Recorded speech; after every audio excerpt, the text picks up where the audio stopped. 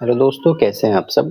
दोस्तों, हमने अपनी पिछली वीडियो में बात की थी कि हम जब भी घर बनाएँगे तो कौन-कौन सी मिट्टी होती है, मिट्टी के ऊपर जब हम फाउंडेशन रखते हैं तो मिट्टी की हमें मिट्टी के बारे में पता होना चाहिए, कौन-सी प्रकार की मिट्टी है। उस हिसाब से हम डिसाइड करते हैं कि हमारी कौन-सी फाउंडेशन होगी। तो मिट्टी के बारे में ही दोस्तों हम आज एक और वीडियो आज हम लेकर के आए हैं। तो हमने बात की थी कि कौन-कौन सी मिट्टी होती है, जैसे रेतीली मिट्टी होती है या हमारी जो लोम सॉइल हो गई या रॉक सॉइल हो गई, जो अन्य प्रकार की मिट्टी है, हमने उसके बारे में बात की थी। तो आज हम उन्हीं मिट्टी में बात कर रहे हैं कि कौन-सी मिट्टी पर कौन-सी फाउंडेशन हमारी सूट करती है और कौन-सी फाउंडेशन लगाई जाती है। तो दोस्तों, बात करते हैं अभी फ़िलहाल हम रेतीली मिट्टी की कि रेतीली मिट्टी पर कौन-सी फाउंडेशन हमारी आती है। दोस्तों, रेतीली मिट्टी का स्वभाव होता है कि अपनी जगह पर अस्थिर रहना, यानी अपनी जगह से खिसकते रहना, क्योंकि जो रेतीली मिट्टी होती है, जो हमारी सैंडी सॉइल होती है, उसके कण थोड़े मोटे होते हैं और दूर-दूर होते हैं। इस वजह से उनमें अस्थिरता आ जाती है, एक-दूसरे को अच्छी तरह बॉन्ड करके वो नहीं रख पाते। तो इसी वजह से अगर हम कोई भी फाउंडेशन उसमें लगा देते हैं, तो जब भी उसमें कोई भी कण खिसकता है, तो पूरी-पूरी रेत खिसकने लग जाती है। उस वजह से हमारी नींव जो है, फाउंडेशन जो है, फेल हो जाती है। इसके इसी चीज़ को ध्यान में रखकर अगर हम पूरी रेतीली मिट्टी पर अगर एक समान पूरी फाउंडेशन का जो एक बेस है, एक साथ तैयार करें, तो वो सक्सेस हो जाता है। जो हमारी सैंडी सॉइल है, सैंडी सॉइल में अक्सर देखा गया है कि राफ्ट फाउंडेशन हमारी ज़्यादा सक्सेस है और राफ्ट फाउंडेशन के बारे में हम बात करेंगे।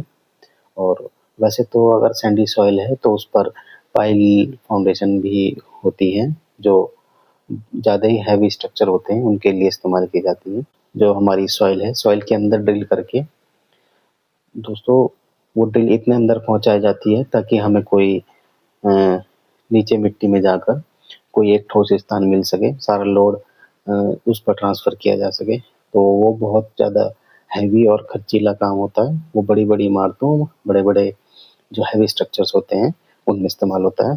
तो हमारा जो घर होता है, उसमें इतना लोड नहीं होता, उसके लिए हमारी जो राफ्ट फाउंडेशन होती है, वो सूटेबल होती है। तो दोस्तों, हम राफ्ट के बारे में ही आज बात करेंगे, जो सैंडी सॉइल पर ज़्यादा कैपेबल होती है। तो दोस्तों, रेतीली मिट्टी पर फाउंडेशन बनाने के लिए सबसे सुरक्षित और वैज्ञानिक तरीके की हम बात करें तो राफ्ट फाउंडेशन ही है। यह मिट्टी के ऊपर एक कंक्रीट की चादर बिछाने जैसा काम होता है। तो दोस्तों, सबसे पहले इसमें क्या किया जाता है कि जितना भी हमारा एरिया हो घर का, अलग-अलग फाउंडेशन के हम गड्ढे वगैरह ना खोद करके पूरी ही जितना एरिया होता है उसका एक्सकवेशन करवाते हैं, उसकी खुदाई हम करवाते हैं। और खुदाई हम कम से कम 2 से 3 मीटर रखते हैं, लगभग 5 से 6 फीट, 6 से 7 फीट के आस-पास हम रख सकते हैं। दोस्तों, खुदाई होने के बाद जो नीचे हमारी जो रेत आती है या मिट्टी आती है, फिर उसको पानी डाल-डाल कर हम किसी चीज़ से या किसी अपने जो भी हमारे पास मशीनरी है, जो कम्पेक्शन के जो भी संघनन के हमारे पास औज़ार वगैरह होते हैं या मशीनरी होती है, उनसे हम संघनन करते हैं या कम्पेक्शन करवाते हैं ताकि वो मिट्टी आपस में बॉन्ड खा जाए और संघनित हो जाए, यानी पूरी तरह से आराम से बैठ जाए। दोस्तों, मिट्टी संघनन करने के बाद, मिट्टी कम्पेक्शन करने के बाद उस पर एक पीसीसी की लेयर डाली जाती है। पीसीसी की लेयर हमारी 3-4 इंच की हो सकती है, 5-6 इंच तक की हो सकती है। वैसे तो 4 इंच काफ़ी होती है। पूरे पर एक पीसीसी की लेयर हम बिछा देते हैं। पीसीसी की लेयर डालने के बाद दोस्तों, फिर हम उसमें एक जो सरिया होता है, सरिये का मैश तैयार करवाते हैं। पूरा का पूरा जाल उसमें बिछाया जाता है। दोस्तों, सरिया हमारा 10 एमएम 12 एमएम का हो सकता है। दोस्तों, मैश हमारा कोशिश ये करनी चाहिए कि डबल मैश हो, ऊपर-नीचे अलग-अलग हो। और मैश बिछाने के बाद फिर उसमें कंक्रीटिंग की जाती है और कंक्रीट हमारी जो है 1.5 से 2 फीट तक की हम पूरी की पूरी जाल हम बिछा सकते हैं। कंक्रीट का जो लेवल होगा, कंक्रीट का जो ग्रेड है हमारा M20 से M25 हमारा हो सकता है। इसे करने के बाद दोस्तों, हमारी एक मजबूत लेयर, मजबूत चादर जो है हमारी मिट्टी के ऊपर तैयार हो जाएगी, जो उसे खिसकने नहीं देगा।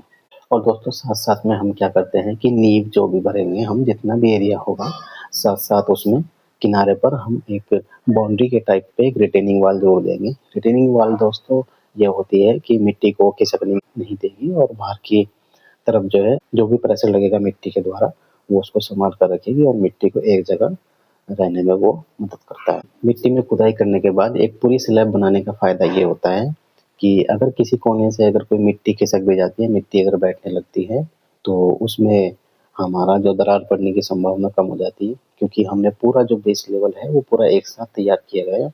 तो ये पानी पर एक नाव की तरह हमें मदद करता है रहने की। किसी भी एंगल से जो हम लगा लें तो वो हमें बराबर एक टिकाए रखेगा रेत के ऊपर। दोस्तों बात करें हम कितना लोड ले सकता है, तो अगर अमूमन हम एक एक मंजिला, 2 मंजिला या 3-4 मंजिला तक हम आराम से इस पर उठा सकते हैं बेफ़िक्र होके।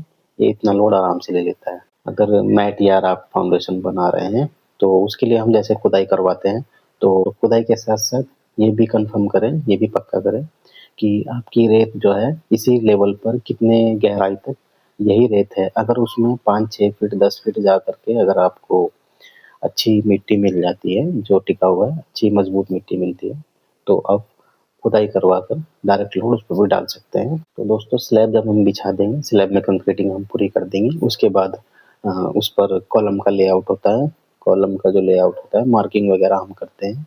मार्किंग करने के बाद जहाँ से कॉलम चालू होंगे हमारे, और ऊपर जब ग्राउंड लेवल पर हम उसमें प्लिंथ बीम डालते हैं, प्लिंथ बीम के बाद हमारी वहाँ से दीवारें शुरू हो जाती हैं। तो ये दोस्तों रही मैट फाउंडेशन या राफ्ट फाउंडेशन के बारे में, जो कि सैंडी सॉइल में हमारी यूज़ की जाती है। वैसे तो पाइल भी इस्तेमाल होती है, पाइल फाउंडेशन, लेकिन वो बड़े स्ट्रक्चर जो जो ज़्यादा हेवी स्ट्रक्चर्स होते हैं, उनके लिए इस्तेमाल होती हैं। जो हमारे 2 मंजिला, 3 मंजिला जो घर होते हैं, उनके लिए आमतौर पर राफ्ट फाउंडेशन या मैट फाउंडेशन ही ज़्यादा बेस्ट होती है। ये रही बात दोस्तों राफ्ट फाउंडेशन के बारे में, जो कि हम सैंडी सॉइल में इस्तेमाल करते हैं। सैंडी सॉइल के बाद दोस्तों हमारी आएगी दूसरी अगली सॉइल की, कि उसमें कौन-सी फाउंडेशन हम इस्तेमाल करेंगे। उसके बाद हम धीरे-धीरे हम डिसाइड करते जाएँगे कि कौन-सी सॉइल के हिसाब से हमारी कौन-सी फाउंडेशन है, ये कंप्लीट करेंगे। उसके बाद हम दोस्तों यही शुरू करेंगे कि कौन-सी फाउंडेशन होती है, फाउंडेशन कितने प्रकार की होती है, फिर हम उससे आगे काम जारी रखेंगे। तो फिलहाल के लिए दोस्तों इतना ही, बने रहिएगा। Okay bye, take care.